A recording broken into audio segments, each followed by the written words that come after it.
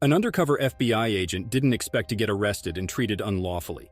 He was in complete shock and didn't know what was happening. These cops made a grave mistake and there was no going back. Do you think these cops made a huge mistake?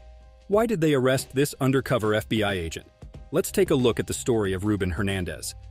On December 6, 2016, life of Ruben changed for the worse. Grand Rapids police had to arrest an FBI agent as he was his main suspect.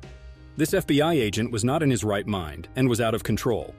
Ruben was living in Las Vegas, but he came to Michigan for unknown reasons. That's where he shot at a Grand Rapids police sergeant. This 35-year-old man did the unthinkable. The cops were not able to understand what was going on. They called John Salazar, who was Ruben's partner. John was shown the image of Ruben, and he confirmed that it was his partner. Oh my gosh, okay, that is Ruben Hernandez. John was completely in shock, and he went out of words to explain why Ruben would do such a heinous act. Two cops noticed that John was drunk, and he was consuming gum. This made them suspect his credibility, as he was trying to hide that he was drunk. There is no other reason for a person to stink of alcohol and chew more than 14 pieces of gum.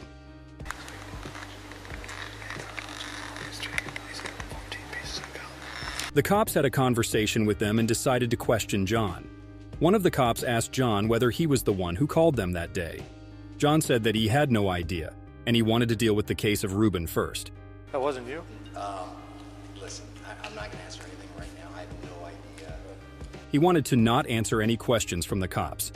He added that a special agent will arrive in a short time. I'm going to be a special agent from the RA here. I don't know if you know S.A. Burns or not. The cops were not convinced by the answer. They were still suspicious of him. After a few minutes, Sean Burns, the special agent, came here. The cops asked them for his name and post. In front of Sean, the cops asked John to come with them. They asked him to surrender his gun and then go under the breathalyzer test. John was over the limit and he was taken for further proceedings. Here, John did not expect his work partner Ruben to be a suspect for shooting at a police officer. John was off duty and he was drinking alcohol with his friends. After that, he came to his room when he suddenly received a call from the cops to come and identify his partner, who was caught by them. Without much thinking, under the influence of alcohol, John drove his car. His act cannot be justified, even though he did that as he was in a stressful situation. Our next story is very different from what we saw.